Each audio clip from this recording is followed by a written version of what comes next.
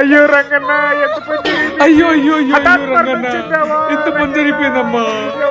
అయ్యో రంగన్న మన వివేక బాబాయ్ దగ్గర ఎంత నమ్మకంగా పనిచేశాడు రా, ఇంత అకస్మాత్తుగా చనిపోయాడు ఏందిరా?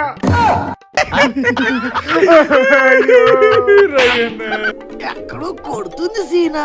అయ్యో కీలక సాక్షిపైన నువ్వే చచ్చిపోతే మన వివేకం బాబాయ్ని చంపింది ఎవరని ఎలా కనిపెడతాం? ఏంట్రా మన జగనానికి అదృష్టం, ఆహా అదే దురదృష్టం. బాబాయ్ హత్య కేసులో ఉన్న సాక్షులు అకస్మాత్తుగా పోతున్నారేంట్రా?